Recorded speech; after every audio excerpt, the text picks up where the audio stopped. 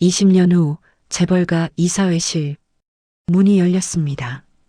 들어온 남자를 본 순간 회장의 손이 떨렸습니다.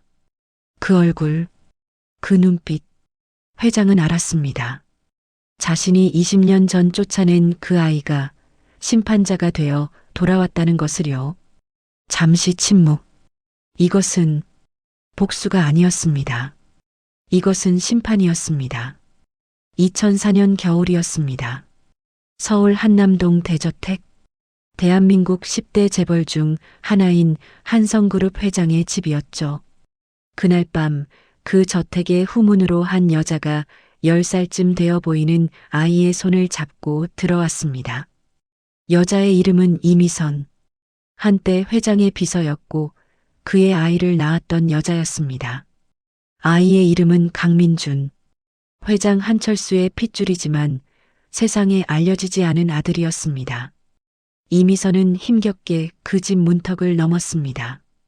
민준아, 엄마 손 꽉 잡고 있어. 아이는 고개를 끄덕였습니다. 그 작은 손이 얼마나 차가웠는지 이미선은 지금도 기억합니다. 아니, 기억할 수 있었다면 기억했을 겁니다. 왜냐하면 그날 밤이 이미선이 아들을 본 마지막 밤이었으니까요. 집사가 그들을 본관 거실로 안내했습니다. 넓은 거실, 값비싼 그림들과 골동품들, 그 한가운데 소파에 앉아있던 사람, 한철수 회장이었습니다. 60대 중반의 나이. 하지만 여전히 카리스마 넘치는 눈빛을 가진 남자였죠. 왔군. 회장의 목소리는 차갑게 식어 있었습니다.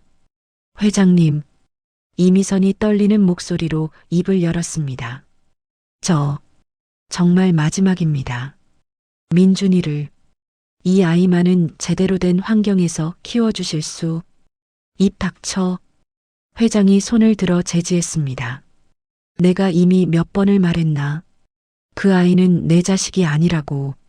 하지만 DNA 검사 결과도 조작된 거야. 내가 어디서 가짜 서류를 만들어 왔는지 모르겠지만 회장의 목소리에 분노가 섞여 들어왔습니다. 넌 10년 전 내가 합의금을 주고 정리한 관계야. 그런데 이제 와서 아이를 데려와?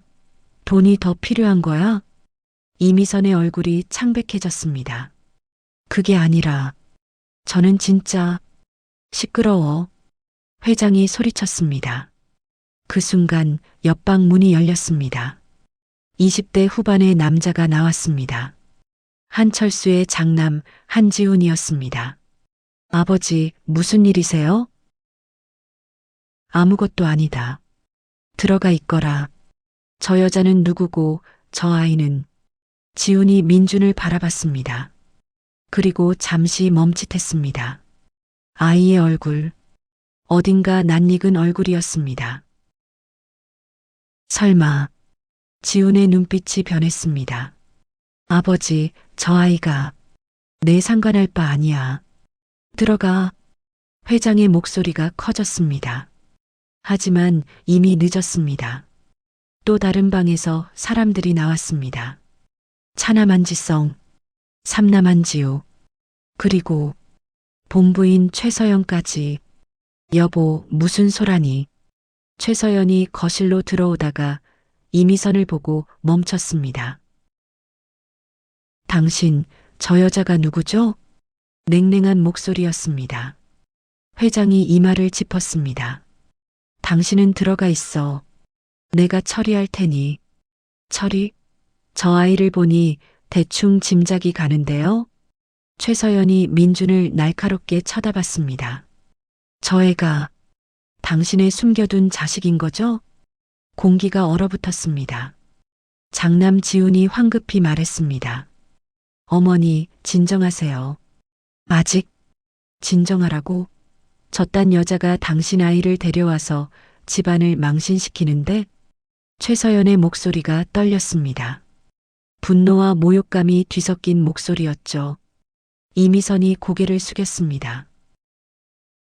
죄송합니다. 하지만 이 아이는 정말. 닥쳐요.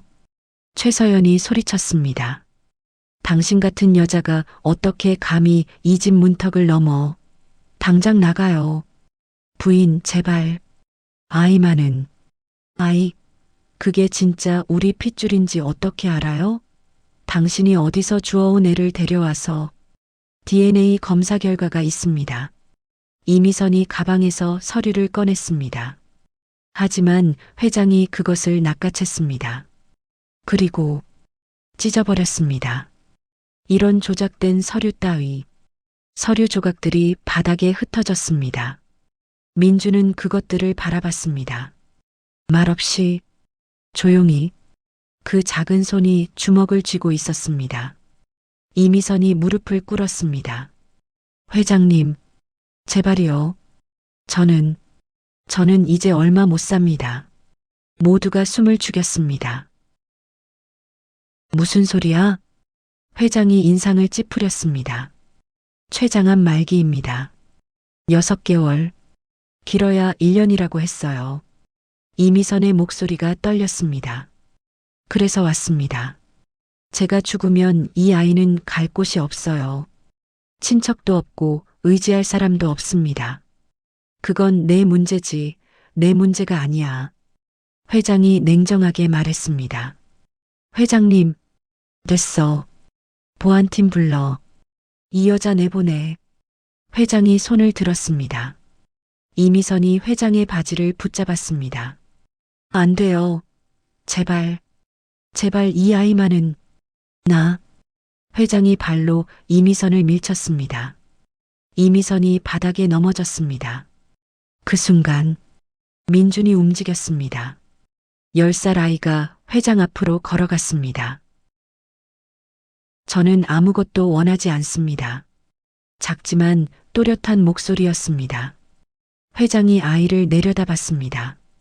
재산도 이름도 필요 없어요. 그냥 엄마가 편히 치료받을 수 있게만 해주세요. 민준이 고개를 숙였습니다. 그것만 해주시면 저는 다시는 여기 오지 않겠습니다. 회장의 눈빛이 흔들렸습니다. 잠시, 아주 잠시. 하지만 곧 다시 차갑게 식었습니다. 안 돼. 아버지? 지훈이 놀라서 물었습니다. 그 정도는 해줘도. 닥쳐, 지훈아. 회장이 아들을 노려봤습니다. 한번 문을 열어주면 계속 기어오른다. 이런 여자들은 다 그래. 그리고 보안팀장에게 말했습니다. 이 여자랑 애를 당장 내보내. 다시는 이 집 근처에도 못 오게 해. 알겠습니다. 보안팀원들이 다가왔습니다. 가지마. 안 돼. 이미선이 소리쳤습니다. 하지만 보안팀원들은 그녀를 끌어냈습니다. 민준도 함께. 아이는 끝까지 저항하지 않았습니다. 그저 조용히 회장을 바라봤습니다. 그 눈빛을 회장은 평생 잊지 못했습니다. 원망도 아니고 분노도 아니고 그냥 깊은 실망 그리고 어떤 결심 같은 것이 담긴 눈빛이었습니다. 문이 닫혔습니다. 거실에 남은 사람들. 최서연이 회장을 돌아봤습니다. 당신, 정말 저 애가 당신 자식이 맞나요? 모르겠어. 회장이 소파에 주저앉았습니다.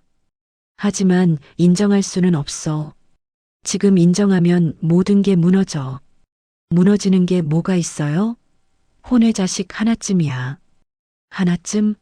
당신 진짜 모르는 거요? 회장이 부인을 쏘아봤습니다. 지금 회사 상황이 어떤지 알아? 경영권 분쟁 중이야. 2대 주주가 내 목을 노리고 있다고. 이런 상황에 혼외 자식 스캔들까지 터지면 주가 폭락하고 경영권 넘어가고 우리 가족 모두 거리로 나앉는 거야.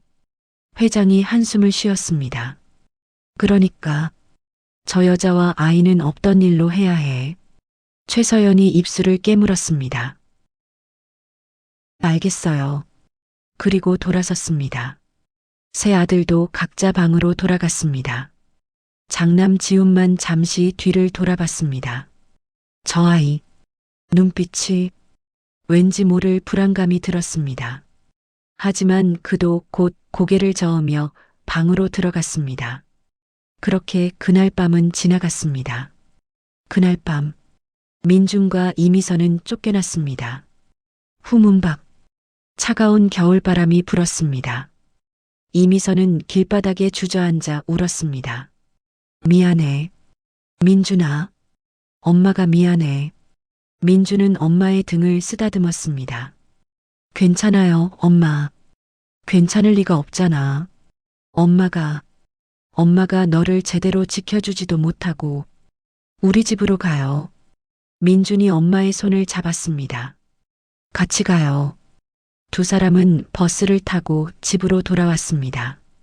구로구의 낡은 빌라, 반지하 방, 곰팡이 냄새가 나는 좁은 공간.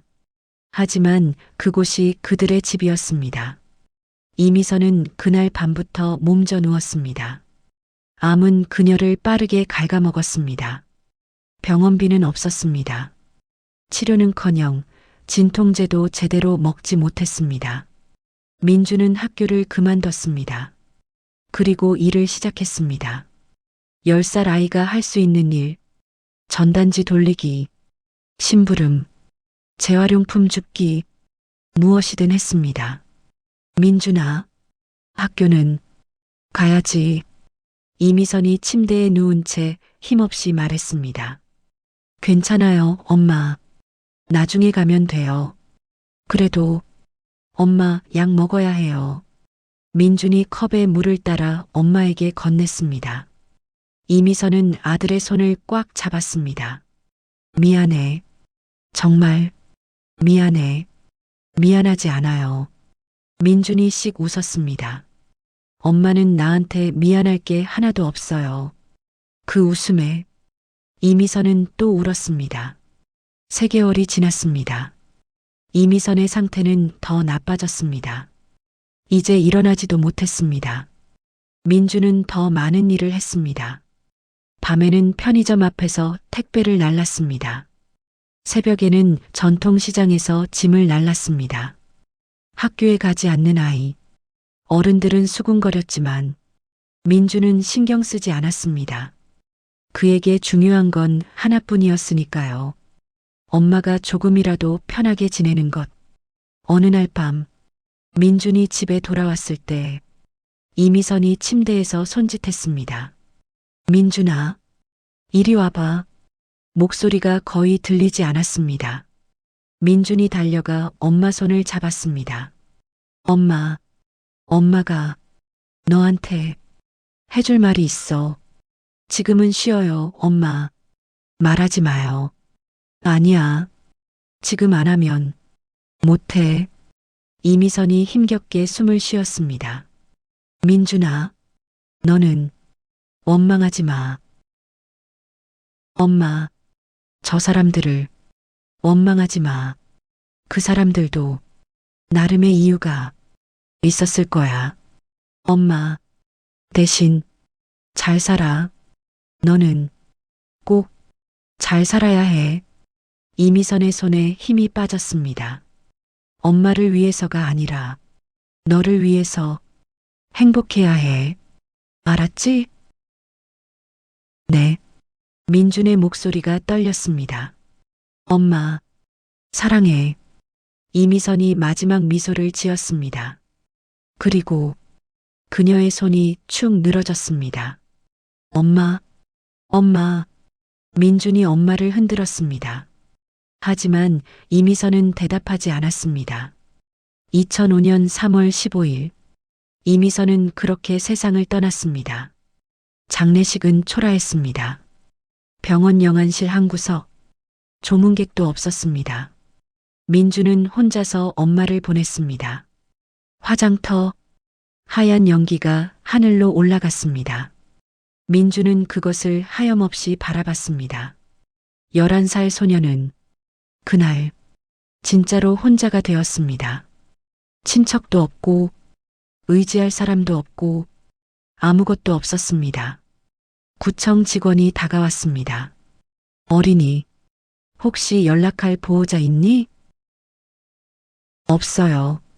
그럼 우리가 보호시설로. 싫어요. 민준이 고개를 저었습니다.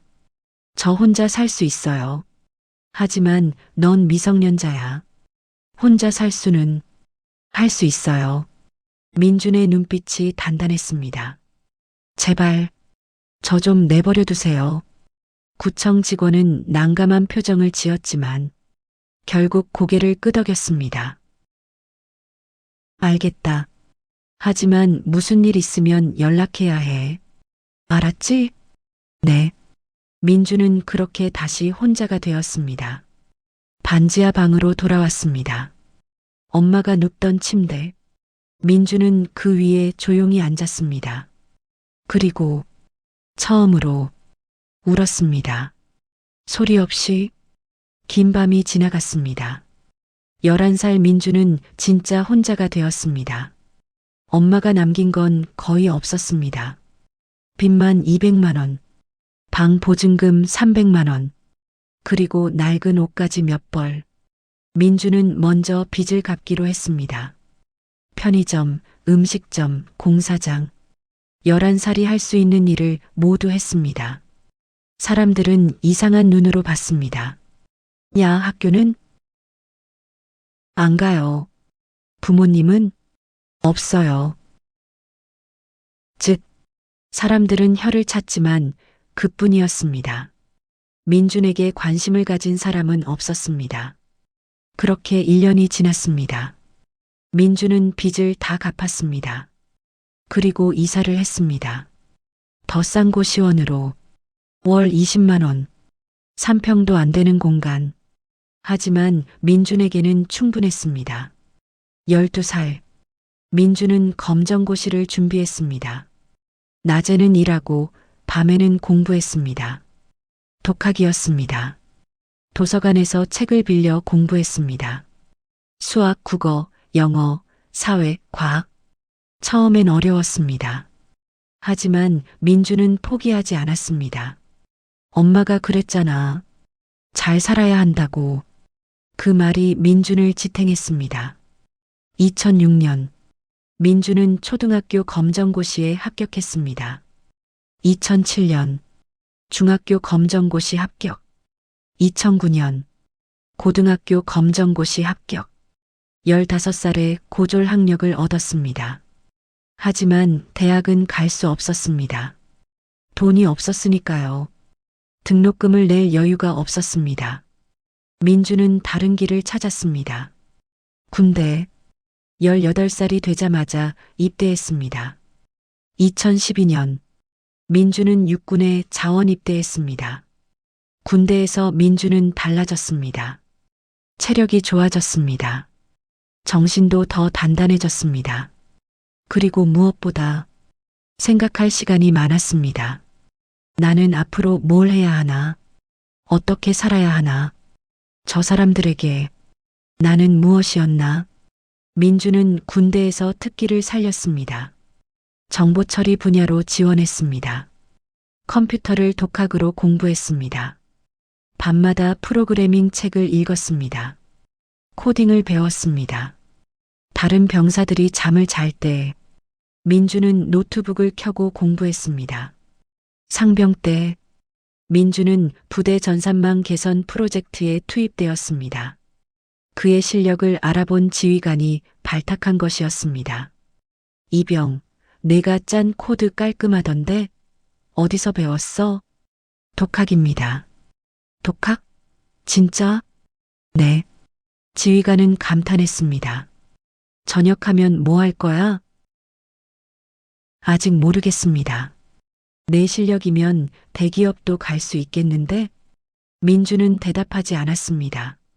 대기업. 그 말에 어떤 감정이 스쳤습니다. 하지만 민주는 그것을 눌렀습니다. 2014년 민주는 전역했습니다. 21살. 그는 서울로 돌아왔습니다. 여전히 혼자였습니다. 여전히 가진 것 없었습니다. 하지만 이제는 달랐습니다. 민주는 목표가 생겼습니다. 전역 후 민주는 작은 IT 회사에 취직했습니다. 직원 20명짜리 스타트업이었습니다. 급여는 월 150만 원. 적었지만 민준에게는 충분했습니다. 회사 이름은 테크론. 앱 개발 회사였습니다. 민준은 주니어 개발자로 들어갔습니다. 처음엔 쉽지 않았습니다. 선배 개발자들은 대부분 대졸 출신이었습니다. 컴퓨터 공학과를 나왔고 체계적으로 배운 사람들이었습니다. 민준은 독학파였습니다. 기초는 탄탄했지만 빠뜨린 부분도 많았습니다. 야, 신입. 이것 좀 봐봐. 선배가 민준을 불렀습니다. 이 코드 왜 이렇게 짰어? 비효율적이잖아. 죄송합니다. 다시 해. 민준은 고개를 숙이고 다시 작업했습니다. 밤새 코드를 고쳤습니다. 더 효율적으로, 더 깔끔하게. 아침이 되어 제출했습니다.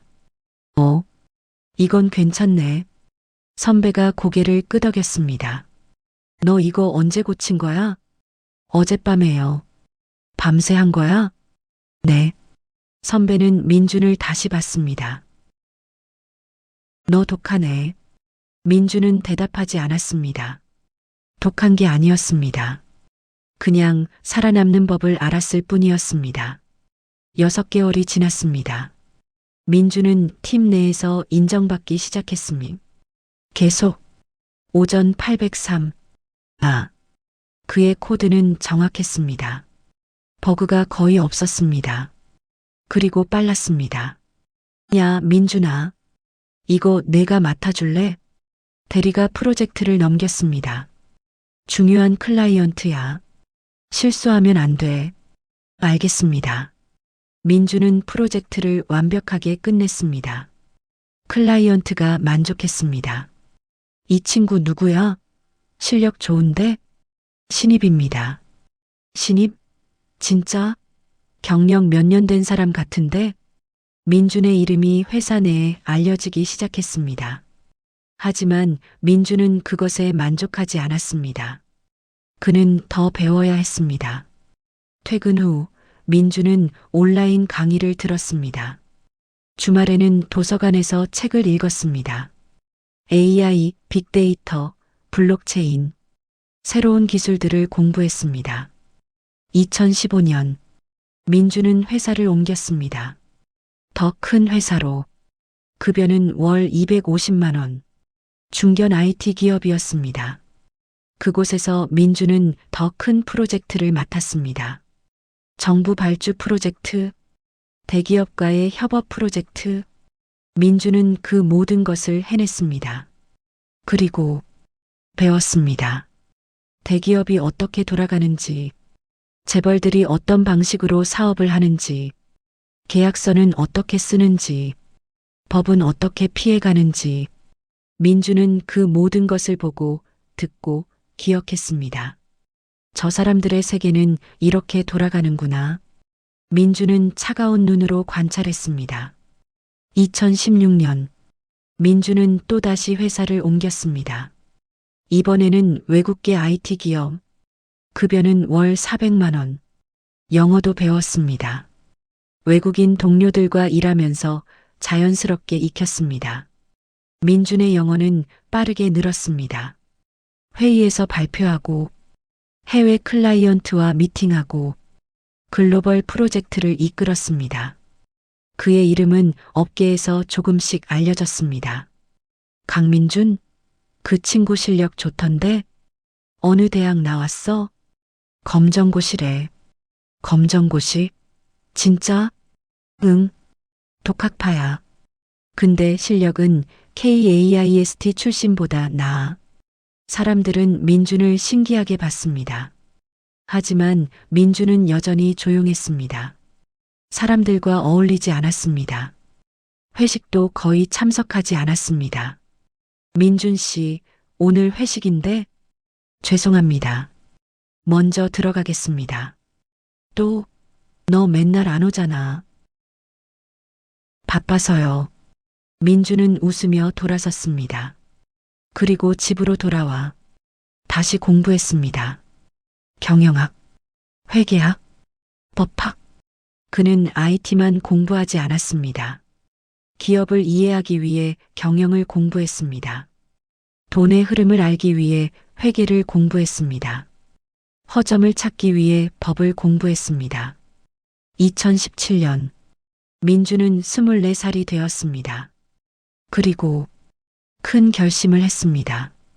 회사를 만들자. 독립할 때가 되었습니다. 민주는 회사를 그만뒀습니다. 그리고 자신의 회사를 만들었습니다. 회사 이름은 넥스트 솔루션. 직원은 민준 혼자. 사무실은 작은 공유 오피스.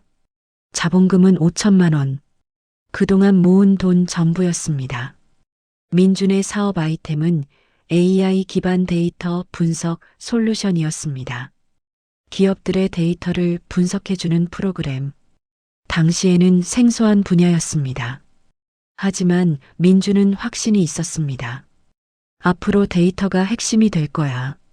그는 혼자서 프로그램을 개발했습니다. 밤낮 없이 코딩했습니다. 6개월 만에 프로토타입이 완성되었습니다. 민주는 그것을 가지고 영업을 시작했습니다. 처음엔 거절만 당했습니다. 이거 누가 써요? 데이터 분석? 우리는 필요 없어요. 가격이 너무 비싼데? 민주는 포기하지 않았습니다. 가격을 낮췄습니다. 무료 체험판을 제공했습니다. 직접 시연했습니다. 그리고 마침내 첫 번째 고객을 잡았습니다. 중소제조업체였습니다. 이거 생각보다 괜찮네요. 생산 라인 효율이 15% 올랐어요. 다음 달에도 쓸게요. 첫 계약. 민주는 그날 밤 혼자 고시원에서 소주를 마셨습니다. 엄마, 나 잘하고 있는 거 맞죠? 하늘을 보며 중얼거렸습니다.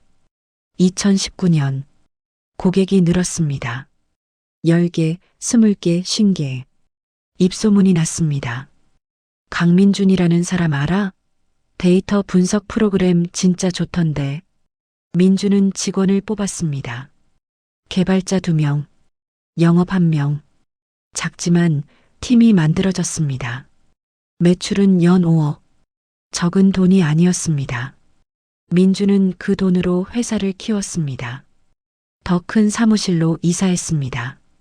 더 많은 직원을 뽑았습니다. 더 좋은 프로그램을 개발했습니다. 2020년 코로나가 터졌습니다. 많은 회사가 무너졌습니다. 하지만 민준의 회사는 오히려 성장했습니다. 비대면 시대, 데이터의 중요성이 커졌습니다. 기업들은 효율을 찾았습니다. 민준의 솔루션이 그 해답이었습니다. 매출은 연 50억, 직원은 30명. 민준의 회사는 업계에서 주목받기 시작했습니다. 넥스트 솔루션? 거기 떠오르는 회사잖아. 대표가 젊던데? 아직 20대라며? 실력은 확실해. 우리도 계약 알아봐. 2021년 민주는 투자를 받았습니다. 벤처 캐피탈에서 100억을 투자했습니다. 민준의 회사 가치는 500억으로 평가되었습니다. 하지만 민주는 겉으로 드러내지 않았습니다. 인터뷰 요청을 모두 거절했습니다. 방송 출연도 사양했습니다. 죄송합니다. 저는 일에만 집중하고 싶습니다. 그는 여전히 조용했습니다. 이름을 숨겼습니다. 얼굴을 드러내지 않았습니다. 아직은 때가 아니야. 민주는 기다렸습니다. 2022년 민준의 회사는 더 커졌습니다.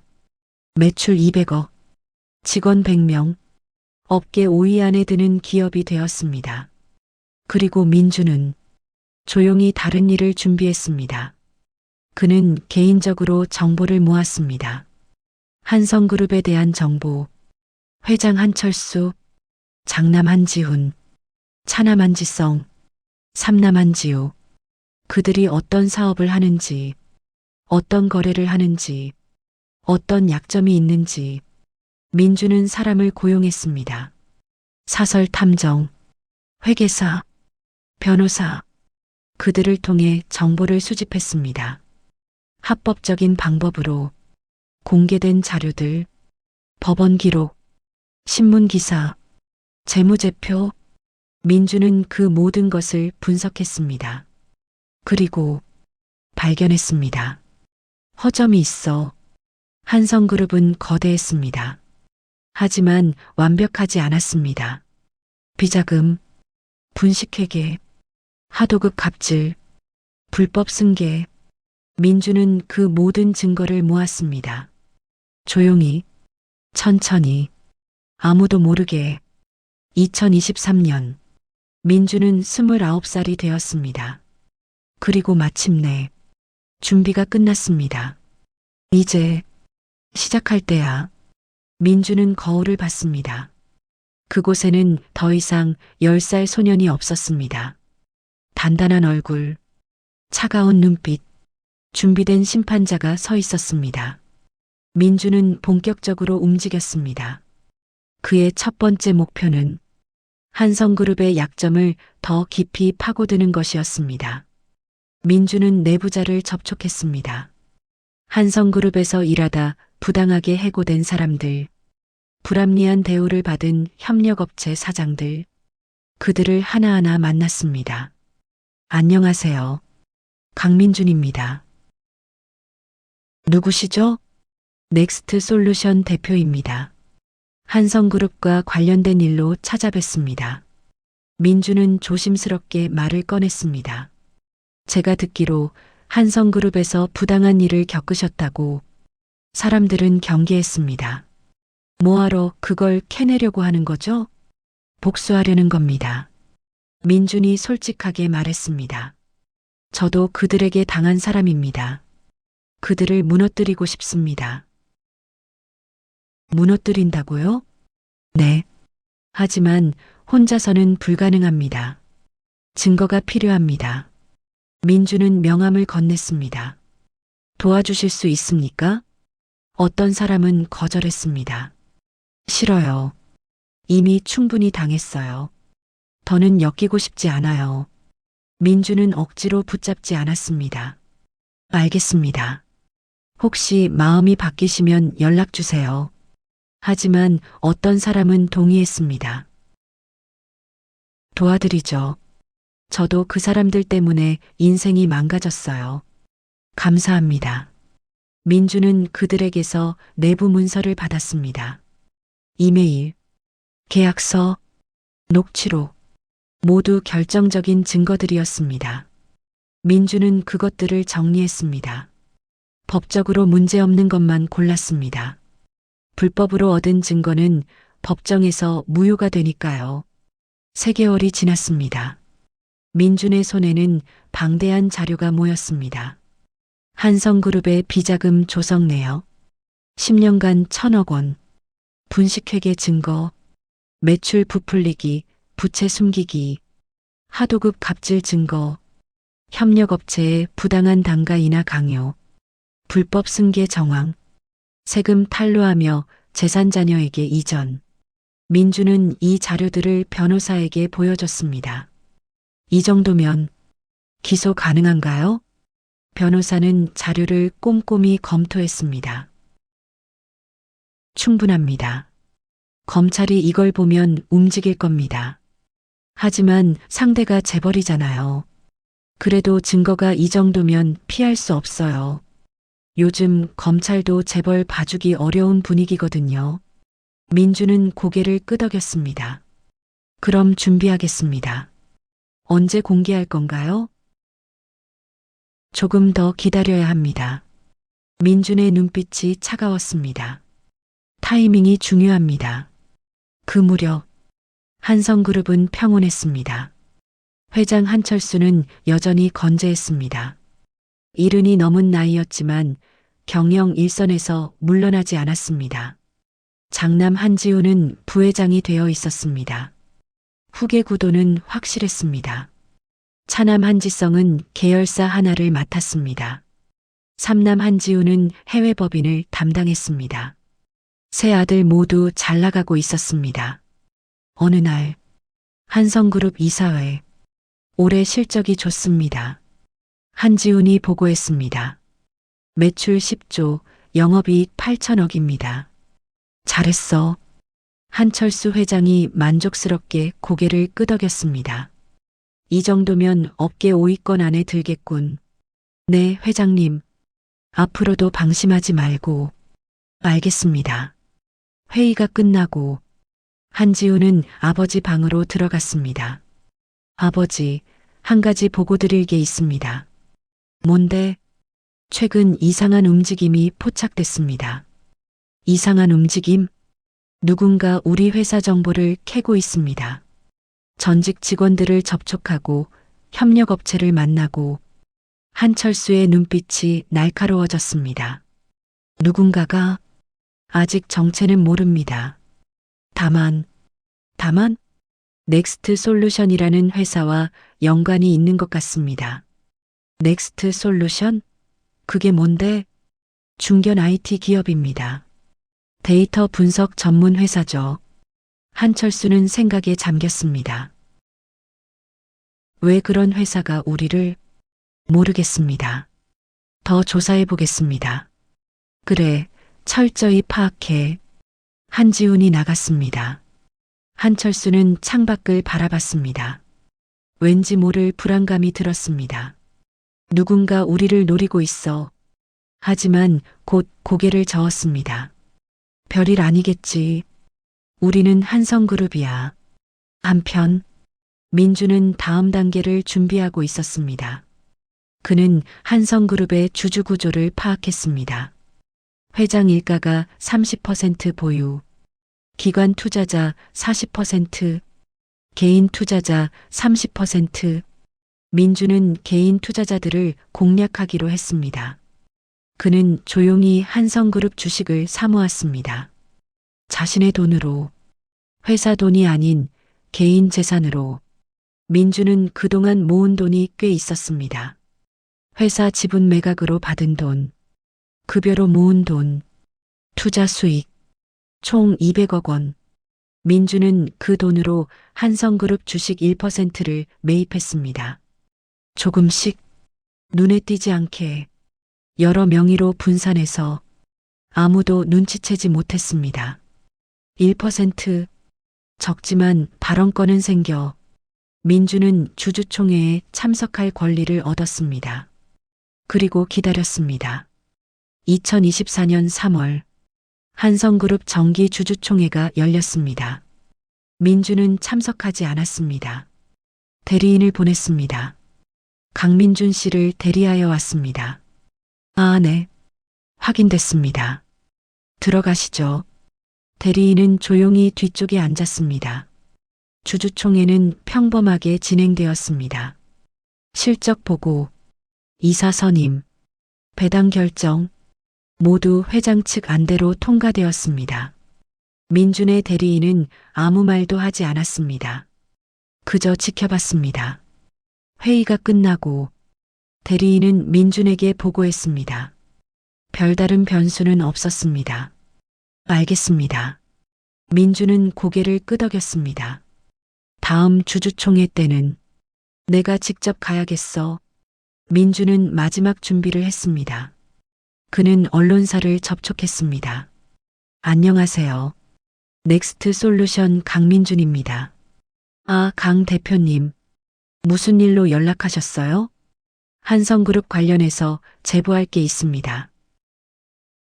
한성그룹이요? 기자의 목소리에 긴장감이 돌았습니다. 어떤 내용인데요? 직접 만나서 말씀드리겠습니다. 민주는 기자를 만났습니다. 그리고 자료를 건넸습니다. 이건, 기자는 자료를 보고 눈이 커졌습니다. 이거 진짜입니까? 네. 모두 검증된 자료입니다. 출처는 합법적으로 얻은 것들입니다. 공개 자료와 내부 제보입니다. 기자는 자료를 꼼꼼히 검토했습니다. 이 정도면 특종인데요. 하지만 지금 보도하시면 안 됩니다. 예, 타이밍이 있습니다. 제가 신호를 보내면 그때 보도해 주십시오. 언제쯤입니까? 올해 아닙니다. 민주는 명함을 건넸습니다. 준비해 두십시오. 연락드리겠습니다. 기자는 고개를 끄덕였습니다. 알겠습니다. 기대하겠습니다. 민주는 여러 언론사를 접촉했습니다. 신문사, 방송사, 온라인 매체 모두에게 같은 자료를 줬습니다. 그리고 같은 부탁을 했습니다. 때가 되면 일제히 터뜨린다. 민주는 또한 검찰에도 연락했습니다. 감사합니다.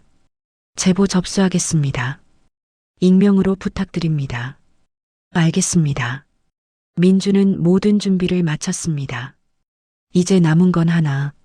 직접 그들 앞에 서는 것. 2024년 9월, 민주는 한성그룹 본사로 전화를 걸었습니다. 안녕하세요. 넥스트 솔루션 강민준입니다. 아, 네. 무슨 일로 연락하셨습니까? 회장님과 미팅을 요청하고 싶습니다. 회장님과요? 어떤 안건이신지. 비즈니스 제안입니다. 협력건으로. 아, 그러시군요. 잠시만요. 며칠 후 답변이 왔습니다. 부회장님께서 만나보시겠답니다. 회장님은 안 되나요? 회장님은 일정이 바빠서 부회장님이 먼저 검토하신 후 결정하신다고 합니다. 알겠습니다. 민주는 미팅 날짜를 잡았습니다. 2024년 10월 15일. 그날이 바로 심판의 시작이 될 날이었습니다. 민주는 정장을 입었습니다. 거울을 봤습니다. 31살. 20년이 지났습니다. 10살 소녀는 이제 어엿한 어른이 되었습니다. 엄마, 지켜봐 주세요. 민주는 조용히 중얼거렸습니다. 이제 시작합니다. 그는 한성그룹 본사로 향했습니다. 강남 한복판, 50층짜리 빌딩, 한성타워. 민주는 그 건물을 올려다봤습니다.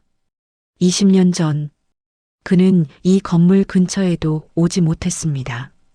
하지만 이제, 그는 당당히 정문으로 걸어 들어갔습니다. 안녕하세요. 넥스트 솔루션 강민준입니다. 부회장님과 약속이 있습니다. 아, 네. 확인됐습니다. 엘리베이터로 49층으로 올라가시면 됩니다. 민주는 엘리베이터를 탔습니다. 49층 임원 회의실. 엘리베이터 문이 열렸습니다. 비서가 기다리고 있었습니다. 강민준 대표님이시죠? 이쪽으로 오세요. 민주는 비서를 따라갔습니다. 긴 복도, 고급스러운 인테리어, 그리고 끝에 있는 회의실. 문이 열렸습니다. 그 안에 한 남자가 앉아 있었습니다. 한성그룹 부회장 한지훈. 민주는 그 얼굴을 봤습니다. 20년 전 그날 밤 옆방에서 나왔던 그 남자. 민준을 신기하게 쳐다보던 그 사람. 안녕하세요. 한지훈입니다. 지훈이 악수를 청했습니다. 민주는 그 손을 잡았습니다. 강민준입니다. 앉으세요. 두 사람은 마주 앉았습니다. 지훈이 민준을 쳐다봤습니다. 얼굴이 낯익은데 어디서 본 것 같은데요? 민준은 웃었습니다. 저도 그런 느낌입니다. 그래요? 하. 지훈은 웃으며 넘겼습니다. 그래서 무슨 제안을 하려고 오셨습니까? 민주는 가방에서 서류를 꺼냈습니다. 저희 회사의 솔루션을 한성그룹에 제공하고 싶습니다. 데이터 분석 솔루션? 네. 한성그룹의 여러 계열사에 적용하면 효율이 크게 오를 겁니다. 지훈은 서류를 훑어봤습니다. 괜찮아 보이네요. 가격은 연 50억입니다. 50억? 지훈이 눈썹을 올렸습니다. 좀 비싸지 않나요? 효과를 보시면 오히려 싸다고 느끼실 겁니다. 민주는 자신 있게 말했습니다. 지훈은 잠시 생각하더니 고개를 끄덕였습니다. 알겠습니다. 검토해 보겠습니다. 감사합니다. 민준이 일어섰습니다. 그럼 연락 기다리겠습니다. 네, 수고하셨어요. 민주는 회의실을 나왔습니다.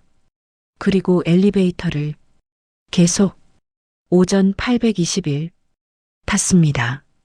문이 닫히는 순간 민준의 표정이 변했습니다. 차갑고 단단한 심판자의 얼굴. 1차 접촉 완료. 민준은 속으로 중얼거렸습니다. 이제 본격적으로 시작이야.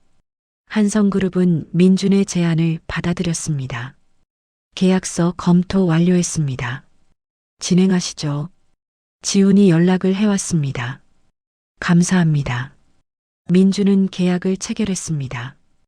그리고 한성그룹의 데이터 시스템에 접근 권한을 얻었습니다. 합법적으로, 정당하게 민준은 시스템을 분석했습니다. 그 과정에서 더 많은 증거를 확보했습니다. 내부 거래 내역, 비자금 계좌, 유령 회사와의 거래. 역시 더 많이 나오네. 민준은 자료를 정리했습니다. 그리고 12월 한성그룹 임시 주주총회가 공고되었습니다. 안건은 이사 선임이었습니다. 민준은 이번에 직접 참석하기로 했습니다. 2024년 12월 10일 한성그룹 본사 대강당 주주총회가 열렸습니다. 300명 이상의 주주가 모였습니다. 민준은 중간 좌석에 앉았습니다. 조용히, 눈에 띄지 않게 회의가 시작되었습니다. 지금부터 한성그룹 임시 주주총회를 시작하겠습니다. 사회자가 선언했습니다. 먼저 회장님 말씀 있으시겠습니다. 한철수 회장이 단상에 올랐습니다. 민준은 그를 봤습니다. 20년 만에 보는 얼굴, 늙었습니다. 주름이 깊어졌고 머리가 희끗희끗했습니다. 하지만 여전히 카리스마는 남아 있었습니다. 주주 여러분 반갑습니다. 회장의 목소리가 강당에 울렸습니다. 올해도 한성그룹은 좋은 성적을 거뒀습니다. 모두 주주 여러분 덕분입니다. 박수가 터졌습니다. 민주는 박수치지 않았습니다. 그저 회장을 바라봤습니다. 회의가 진행되었습니다. 이사 선임 안건, 회장 측이 추천한 사람들이 나열되었습니다. 이해 있으신 분 계십니까? 사회자가 물었습니다. 침묵. 아무도 손을 들지 않았습니다. 그때 민준이 손을 들었습니다. 사회자가 놀라서 쳐다봤습니다. 네, 말씀하십시오. 민준이 일어섰습니다. 질문이 있습니다. 어떤 질문입니까? 이사 선임 기준이 무엇입니까? 사회자가 당황했습니다. 그건 이사회에서 결정한 투명한 기준이 있습니까? 아니면 회장님 마음대로입니까? 공기가 얼어붙었습니다. 회장이 민준을 쳐다봤습니다. 당신은 누구요? 강민준입니다. 1% 주주입니다. 민준이 차분하게 대답했습니다. 저는 이번 이사 선임이 적절하지 않다고 생각합니다. 무슨 근거로? 이사 후보들이 모두 회장님과 개인적 친분이 있는 사람들입니다. 독립성이 없습니다. 회장의 눈빛이 날카로워졌습니다. 회사 경영에 적합한 사람을 뽑은 겁니다. 그렇다면 외부 감사 결과를 공개해 주십시오. 외부 감사 결과입니다. 이사들이 제대로 일하고 있는지, 투명하게 경영하고 있는지 확인하고 싶습니다. 회장이 인상을 찌푸렸습니다. 그건 기업 기밀입니다. 주주에게도 공개하지 않습니까? 필요한 정보는 이미 공시했습니다. 공시된 정보가 사실입니까? 민준의 질문에 강당이 술렁였습니다. 회장이 목소리를 높였습니다. 당신 지금 뭐 하는 겁니까? 여기가 어디라고? 회장님, 민준이 회장을 똑바로 쳐다봤습니다. 저는 주주로서 정당한 질문을 하고 있습니다. 답변해 주십시오. 회장과 민준의 시선이 부딪혔습니다. 그 순간 회장이 멈칫했습니다. 이 눈빛, 어디서 본 것 같은데? 하지만 기억나지 않았습니다. 20년은 너무 긴 시간이었으니까요. 회장이 입을 열려는 순간 민준이 다시 말했습니다. 한 가지 더 질문하겠습니다. 뭡니까? 한성그룹의 비자금 조성 의혹에 대해 아십니까? 강당이 술렁였습니다. 회장의 얼굴이 굳었습니다. 무슨 소리를 하는 겁니까? 지난 10년간 약 1,000억 원의 비자금이 조성된 것으로 파악됩니다. 민준이 서류를 꺼냈습니다. 여기 증거가 있습니다. 사회자가 황급히 말했습니다. 이것은 주주총회 안건이 아닙니다. 주주로서 회사의 불법 행위를 지적하는 것입니다. 민준이 서류를 들어보였습니다. 이것은 모두 공개된 자료와 내부 제보를 통해 확보한 것입니다. 합법적인 증거입니다. 회장이 손을 들었습니다. 보안팀, 저 사람 내보내. 보안팀원들이 다가왔습니다. 하지만 민주는 움직이지 않았습니다. 저를 내보내시면 이 자료가 언론에 공개됩니다. 회장이 멈칫했습니다. 뭐라고? 이미 여러 언론사에 제보했습니다. 제가 신호를 보내면 오늘 저녁 뉴스에 나갈 겁니다. 민준이 차분하게 말했습니다. 회장님, 선택하십시오. 여기서 해명하시겠습니까? 아니면 언론을 통해 해명하시겠습니까? 회장의 얼굴이 창백해졌습니다. 지훈이 황급히 나섰습니다. 잠깐만요. 이건 오해입니다. 비자금 같은 건 없습니다. 그렇다면 외부 감사를 받으십시오. 민준이 지훈을 쳐다봤습니다. 검찰 수사를 받으시면 명확해질 겁니다. 검찰? 지훈이 당황했습니다. 당신, 정말로 그럴 겁니까? 이미 제보했습니다. 민준이 말했습니다. 검찰이 조만간 한성그룹을 조사할 겁니다. 강당이 술렁거렸습니다. 주주들이 웅성거렸습니다. 진짜야? 비자금이 있었다고? 이거 주가 폭락하겠는데? 회장이 이를 악물었습니다. 당신 대체 누구요? 왜 이러는 거요? 민준이 회장을 똑바로 쳐다봤습니다. 그리고 천천히 입을 열었습니다. 20년 전. 20년 전 회장님은 한 여자와 아이를 쫓아냈습니다. 회장의 눈이 커졌습니다. 그 아이를 기억하십니까? 설마. 회장이 떨리는 목소리로 말했습니다. 당신이 그때 네. 민준이 고개를 끄덕였습니다. 저는 강민준입니다. 이미선의 아들. 그리고 민준이 잠시 멈췄습니다. 회장님의 아들입니다. 강당이 조용해졌습니다. 모두가 숨을 죽였습니다. 회장이 휘청거렸습니다. 지훈이 아버지를 붙잡았습니다. 아버지. 말도 안 돼. 회장이 고개를 저었습니다. 내가 살아있었어? 네, 살아있었습니다. 민준의 목소리는 차가웠습니다. 그리고 20년 동안 준비했습니다. 이날을. 너 복수하러 온 거냐? 복수가 아닙니다. 민준이 고개를 저었습니다. 심판입니다. 회장이 주저앉았습니다. 강당은 아수라장이 되었습니다. 주주들이 소리쳤습니다. 회장 아들이라고? 숨겨둔 자식이었어? 이거 대박 스캔들인데? 사회자가 황급히 말했습니다. 주주총회를 일단 중단하겠습니다. 하지만 민주는 자리를 떠나지 않았습니다. 중단하실 수 없습니다. 안건이 남았습니다. 뭐가 남았습니까? 저는 이사 선임에 반대 투표를 하겠습니다. 그리고 회장 퇴진을 요구합니다. 회장 퇴진? 사회자가 놀라서 물었습니다. 네. 불법 비자금 조성, 분식회계, 하도급 갑질. 이 모든 책임을 지고 퇴진하셔야 합니다. 민준이 서류를 들어 올렸습니다. 증거는 모두 여기 있습니다.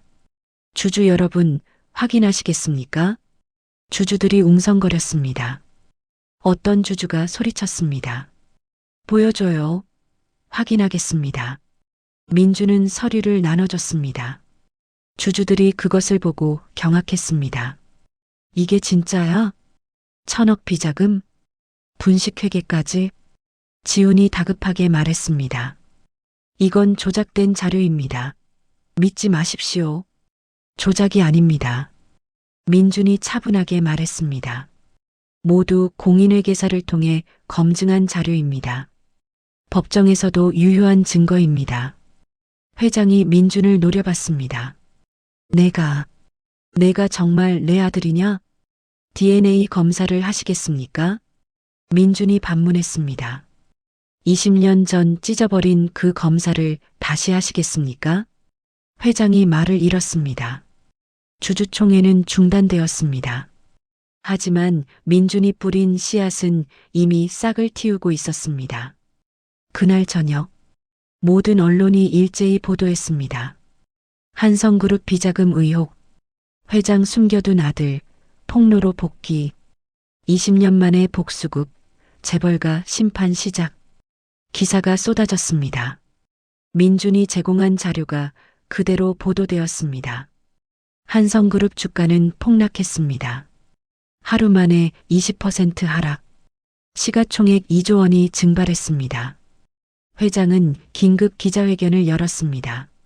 모두 사실무근입니다. 회장이 카메라 앞에서 말했습니다. 비자금 같은 것은 없습니다. 누군가 우리를 음해하려는 것입니다. 기자가 질문했습니다. 그럼 강민준 씨가 제시한 자료는 모두 거짓입니까? 그렇습니다. 강민준 씨가 회장님의 아들이라는 주장은요? 회장이 머뭇거렸습니다. 그건 사실입니까? 아닙니까? 회장은 대답하지 못했습니다. 그 순간 기자회견장 문이 열렸습니다. 민준이 들어왔습니다. 제가 대답하겠습니다.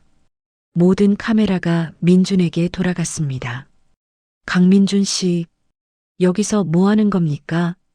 보안팀이 민준을 막으려 했지만 민준은 이미 단상 옆으로 올라가 있었습니다. 저는 한철수 회장의 아들이 맞습니다. 민준이 마이크 앞에 섰습니다. 1994년생, 어머니는 이미선, 2005년 사망하셨습니다. 기자들이 플래시를 터뜨렸습니다. 증거가 있습니까? 네. 민준이 서류를 꺼냈습니다. 어머니가 남기신 DNA 검사 결과입니다. 그리고 제 출생신고서 20년 전 자료잖아요. 신빙성이. 그렇다면 지금 다시 검사하시겠습니까? 민준이 회장을 쳐다봤습니다. 회장님, DNA 검사를 공개적으로 받으십시오. 제가 거짓말하고 있다면 밝혀질 겁니다. 회장은 대답하지 못했습니다. 그 침묵이 답이었습니다. 기자들이 소리쳤습니다. 회장님, 강민준 씨가 아들이 맞습니까? 왜 20년 동안 숨기신 겁니까? 혼외 자식이 더 있습니까? 회장이 휘청거렸습니다.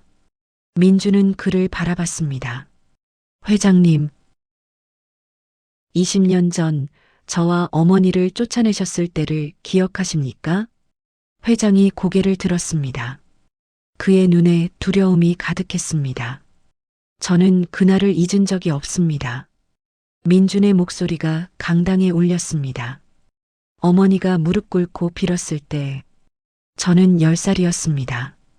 아무것도 할 수 없었습니다. 기자들이 조용해졌습니다. 어머니는 6개월 후 돌아가셨습니다. 병원비조차 없어서 진통제도 제대로 못 먹고 돌아가셨습니다. 민준의 목소리에 감정이 실렸습니다. 저는 그날 맹세했습니다. 언젠가 돌아오겠다고, 그리고 심판하겠다고. 회장이 입술을 떨었습니다. 민준아, 저를 그렇게 부를 자격이 있습니까? 민준이 차갑게 말했습니다. 당신은 저의 아버지가 아닙니다. 당신은 그저 핏줄을 나눈 남일 뿐입니다. 회장이 주저앉았습니다. 기자회견은 그렇게 끝났습니다. 하지만 진짜 심판은 이제 시작이었습니다. 기자회견 이후 검찰이 움직였습니다. 한성그룹 비자금 의혹 수사 착수. 검찰은 한성그룹 본사를 압수수색했습니다. 회계장부를 압수했습니다. 거래 내역을 확보했습니다. 그리고 회장의 비밀 금고를 발견했습니다. 한성타워 50층, 회장 집무실 뒤편, 벽 속에 숨겨진 금고였습니다. 여기 뭐가 있습니까? 검사가 물었습니다. 회장은 대답하지 않았습니다. 열어보십시오. 영장 있습니다. 검찰은 금고를 열었습니다. 그 안에는 수십 개의 통장, 명의는 모두 다른 사람들, 유령 회사 명의도 있었습니다. 잔액을 확인하니 총 500억 원. 검사가 회장을 쳐다봤습니다. 이게 뭡니까? 개인 재산입니다. 타인 명의로 된 통장이 개인 재산입니까? 회장은 대답하지 못했습니다. 검찰은 또한 컴퓨터를 압수했습니다. 포렌식 분석을 했습니다. 삭제된 파일들을 복구했습니다. 그 안에는 더 충격적인 내용이 있었습니다. 정치인에게 전달한 뇌물 목록, 관료들과의 거래 내역, 불법 로비 증거. 검찰은 긴급 체포영장을 청구했습니다. 법원은 영장을 발부했습니다. 한철수 회장이 구속되었습니다. 한성그룹 회장, 비자금 조성 혐의로 구속. 뉴스가 터졌습니다. 대한민국이 떠들썩했습니다. 회장이 수갑을 차고 검찰청으로 이동하는 모습. 수많은 기자가 플래시를 터뜨렸습니다. 회장님, 혐의를 인정하십니까? 국민에게 할 말씀 있으십니까? 회장은 고개를 숙인 채 아무 말도 하지 않았습니다. 민주는 그 장면을 TV로 봤습니다. 그의 표정은 담담했습니다. 기쁘지도 슬프지도 않았습니다. 그저 끝나가고 있었습니다. 회장이 구속되자 한성그룹은 혼란에 빠졌습니다. 부회장 한지훈이 비상경 영체제를 선포했습니다. 저희는 투명한 경영으로 다시 태어나겠습니다. 지훈이 기자회견에서 말했습니다. 아버지의 잘못은 인정합니다. 하지만 회사는 계속되어야 합니다. 하지만 검찰은 지훈도 조사했습니다. 부회장님도 비자금 조성에 관여한 정황이 있습니다. 저는 몰랐습니다. 지훈이 항변했습니다. 저는 경영만 했을 뿐입니다. 하지만 당신 명의 계좌에도 10억이 입금되어 있습니다. 검사가 통장을 내밀었습니다. 지훈의 얼굴이 창백해졌습니다. 이건 아버지가 뭐라고 했습니까? 상여금이라고 했습니다. 상여금을 비밀 계좌로 받습니까? 지훈은 대답하지 못했습니다. 검찰은 지훈도 기소했습니다. 특정경제범죄가중처벌법 위반, 배임, 횡령. 지훈도 구속되었습니다. 차남 한지성도 마찬가지였습니다. 그가 맡은 계열사에서도 비리가 드러났습니다. 협력업체에 리베이트를 받은 정황이 있습니다. 저는 받은 적 없습니다. 그럼 이 계좌는 뭡니까? 당신 처남 명의잖아요. 검찰은 지성도 기소했습니다. 삼남 한지훈은 해외에 있었습니다. 그는 귀국을 거부했습니다. 저는 한국에 돌아가지 않겠습니다. 하지만 검찰은 국제공조를 요청했습니다.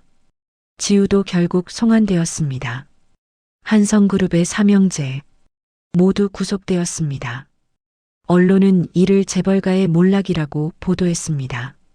민주는 그 뉴스를 봤습니다. 여전히 담담했습니다. 이제 마지막 하나만 남았어. 재판이 시작되었습니다. 한철수 회장의 재판. 법정은 방청객으로 가득 찼습니다. 민준도 방청석에 앉았습니다. 회장이 입장했습니다. 수임복을 입은 모습. 20년 전의 카리스마는 사라졌습니다. 재판장이 물었습니다. 피고인, 기소 내용을 인정합니까? 회장은 잠시 침묵하다가 고개를 끄덕였습니다. 인정합니다. 방청석이 술렁였습니다. 검사가 입을 열었습니다. 피고인 한철수는 지난 10년간 1,000억 원의 비자금을 조성했습니다. 그 돈으로 정치인에게 뇌물을 주고 관료들을 매수했습니다. 또한 분식회계로 주주들을 속였습니다. 하도급 업체에 갑질을 했습니다. 검사가 증거를 제시했습니다. 하나하나가 명확했습니다. 회장의 변호인은 제대로 반박하지 못했습니다. 증인 신문이 시작되었습니다. 민준이 증인으로 나왔습니다. 증인, 선서하십시오. 선서합니다. 민준이 선서했습니다. 검사가 질문했습니다. 증인은 피고인과 어떤 관계입니까?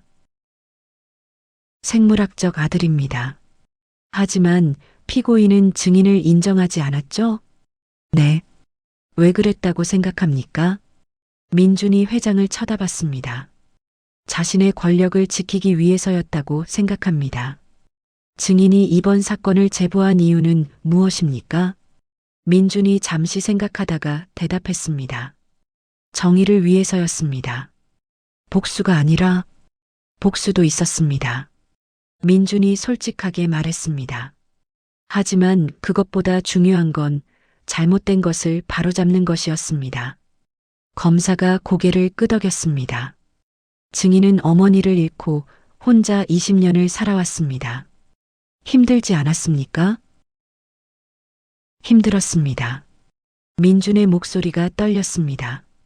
하지만 견뎠습니다. 이날을 위해서. 증인이 피고인에게 바라는 것은 무엇입니까? 민준이 회장을 똑바로 쳐다봤습니다. 책임을 지길 바랍니다. 회장이 고개를 숙였습니다. 변호인 신문이 시작되었습니다. 회장의 변호인이 물었습니다. 증인, 혹시 이번 사건으로 금전적 이득을 얻은 것은 없습니까?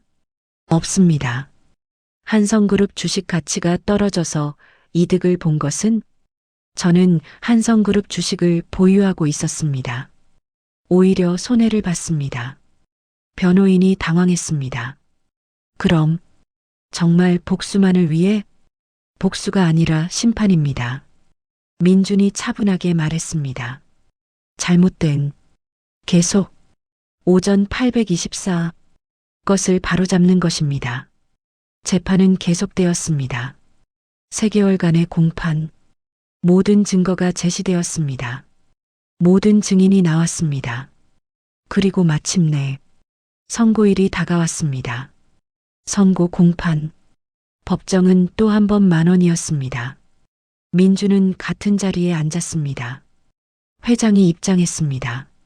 3개월간의 구치소 생활. 회장은 많이 초췌해져 있었습니다.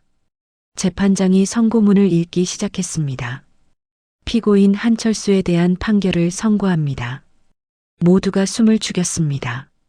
피고인은 10년간 1,000억 원이 넘는 비자금을 조성했습니다. 이는 대한민국 경제 질서를 심각하게 해쳤습니다. 또한 분식회계로 수많은 주주를 기망했습니다. 하도급 업체에 대한 갑질로 많은 중소기업을 어렵게 만들었습니다.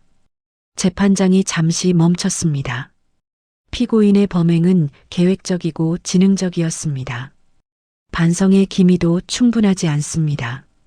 따라서 본 재판부는 피고인에게 다음과 같이 선고합니다. 재판장이 망치를 들었습니다. 징역 15년, 벌금 3,000억 원, 몰수 500억 원. 망치가 내려쳤습니다. 방청석에서 탄성이 터졌습니다. 15년, 중형이다. 회장은 고개를 떨구었습니다. 변호인이 황급히 말했습니다. 항소하겠습니다. 하지만 회장은 손을 들어 제지했습니다. 됐어. 회장님? 그만하자. 항소 안 해. 회장이 한숨을 쉬었습니다. 이제 지쳤어. 재판장이 말했습니다. 피고인의 아들들에 대한 재판도 곧 선고될 예정입니다. 본 재판부는 이번 사건이 단순한 개인의 일탈이 아니라 재벌 구조적 문제임을 지적합니다. 재벌 총수 일가의 전횡을 막기 위한 제도적 장치가 필요합니다. 재판이 끝났습니다. 회장이 법정을 나가기 전 민준을 쳐다봤습니다. 두 사람의 시선이 마주쳤습니다. 회장이 입을 열었습니다. 미안하다. 작은 목소리였습니다. 하지만 민준은 들었습니다. 민준은 대답하지 않았습니다. 그저 고개를 끄덕였습니다. 그리고 돌아섰습니다. 한성그룹의 삼형제 재판도 이어졌습니다. 장남 한지훈, 징역 10년, 차남 한지성, 징역 8년, 삼남 한지우, 징역 7년, 모두 중형을 받았습니다. 한성그룹은 사실상 와해되었습니다. 경영권은 법원 관리인에게 넘어갔습니다. 회사는 여러 계열사로 쪼개졌습니다. 일부는 매각되었습니다. 일부는 독립법인이 되었습니다. 한성그룹이라는 이름은 역사 속으로 사라졌습니다. 대신 투명한 경영 체제가 만들어졌습니다. 노동조합이 강화되었습니다. 협력업체와의 공정한 거래가 이루어졌습니다. 민주는 그 과정을 지켜봤습니다. 직접 나서지는 않았습니다. 그저 조용히 관찰했습니다. 어느 날 민주는 편지를 받았습니다. 보낸 사람은 한지훈이었습니다. 구치소에서 보낸 편지였습니다. 민준에게 편지를 쓴다는 게 어색하다. 나는 내게 형이라고 불릴 자격이 없다. 20년 전 그날 나도 거기 있었다. 내 얼굴을 봤다. 엄마를 봤다. 하지만 나는 아무것도 하지 않았다. 그게 평생 후회로 남았다. 이번 일로 모든 게 무너졌다. 회사도 명예도 가족도. 하지만 이상하게도 후련하다. 그동안 짊어지고 있던 짐을 내려놓은 기분이다. 민준아, 내가 한 일은 복수가 아니라 진짜로 심판이었다. 나는 그걸 인정한다. 그리고 고맙다. 덕분에 나도 해방됐다. 한지훈. 민준은 편지를 읽고 접었습니다. 답장은 하지 않았습니다. 할 말이 없었으니까요. 민준은 어머니 묘소를 찾았습니다. 20년 만에 제대로 정리된 묘소였습니다. 민준이 직접 비석을 새로 세웠습니다. 이미선 1975-2005 사랑하는 어머니. 민준은 묘소 앞에 앉았습니다. 엄마. 조용히 말을 걸었습니다. 끝났어요. 20년 걸렸지만 끝났어요. 바람이 불었습니다. 엄마가 그랬잖아요. 원망하지 말라고. 저는 원망하지 않았어요. 민준의 목소리가 떨렸습니다. 그냥 바로잡았을 뿐이에요. 잘못된 걸 바로잡았어요. 눈물이 흘렀습니다. 20년 만에 처음으로 진심으로 우는 것 같았습니다. 이제 저도 살아도 될까요? 엄마. 민주는 한참을 그렇게 있었습니다. 해가 지고 어둠이 내렸습니다. 민주는 천천히 일어섰습니다. 다음에 또 올게요, 엄마. 이번엔 좋은 소식 가지고 올게요. 민주는 묘소를 나왔습니다. 그리고 앞을 봤습니다. 길이 보였습니다. 긴 길. 하지만 이제는 혼자가 아니었습니다. 민주는 회사로 출근했습니다. 넥스트 솔루션. 그의 회사는 여전히 성장하고 있었습니다. 대표님, 오늘 미팅 일정입니다. 비서가 보고했습니다. 오전에 어사, 오후에 비사 대표님과. 알겠습니다. 민주는 평범한 일상으로 돌아왔습니다. 한성그룹 사건 이후 그는 유명해졌습니다. 재벌을 무너뜨린 남자, 정의의 심판자. 언론은 그를 그렇게 불렀습니다. 하지만 민주는 인터뷰를 거절했습니다. 저는 그저 제 할 일을 했을 뿐입니다. 이제 저는 제 인생을 살고 싶습니다. 민주는 조용히 살았습니다. 회사를 키우고 직원들을 챙기고 가끔 어머니 묘소를 찾았습니다. 어느 날 민주는 고아원을 방문했습니다. 안녕하세요. 저는 강민준입니다. 아, 대표님, 오셨군요. 원장이 반갑게 맞았습니다. 민주는 고아원에 정기 후원을 하고 있었습니다. 매달 1,000만 원, 아이들의 교육비와 생활비로 쓰였습니다. 아이들이 대표님 오신다고 기다리고 있어요. 그래요? 가볼까요? 민주는 아이들을 만났습니다. 안녕. 아저씨 안녕하세요. 아이들이 웃으며 인사했습니다. 민주는 아이들과 시간을 보냈습니다. 같이 놀아주고, 이야기를 들어주고, 꿈을 물어봤습니다. 너는 커서 뭐가 되고 싶어? 저는요, 선생님이요. 오, 멋진데? 아저씨는 뭐예요? 아이가 물었습니다. 민주는 웃었습니다. 나는 그냥 회사 다니는 사람이야. 회사 다니는 게 재밌어요? 응, 이제는 재밌어. 민주는 진심으로 대답했습니다. 고아원을 나오는 길, 민주는 하늘을 봤습니다. 맑은 하늘이었습니다. 엄마, 저 이제 괜찮아요. 정말로 괜찮아요. 민주는 걸었습니다. 천천히, 하지만 단단하게.